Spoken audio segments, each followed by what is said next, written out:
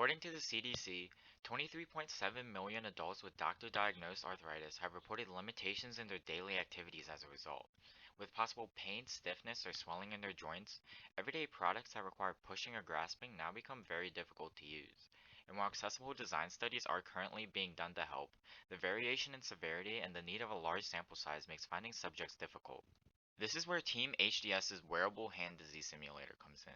Unlike previous solutions, our device is capable of fitting a large range of adult hand sizes while also replicating the joint restricting effects of arthritis over an adjustable and continuous range of restriction. The assembly uses flexible strips along the finger with tightenable clamps that apply frictional resistance as they slide to simulate arthritis in a healthy individual. Our device is also designed to be used in combination with finger cots that can be stacked to mimic the tactile desensitization of peripheral neuropathy, another prevalent chronic condition. With this, we can help make product design accessible to everyone.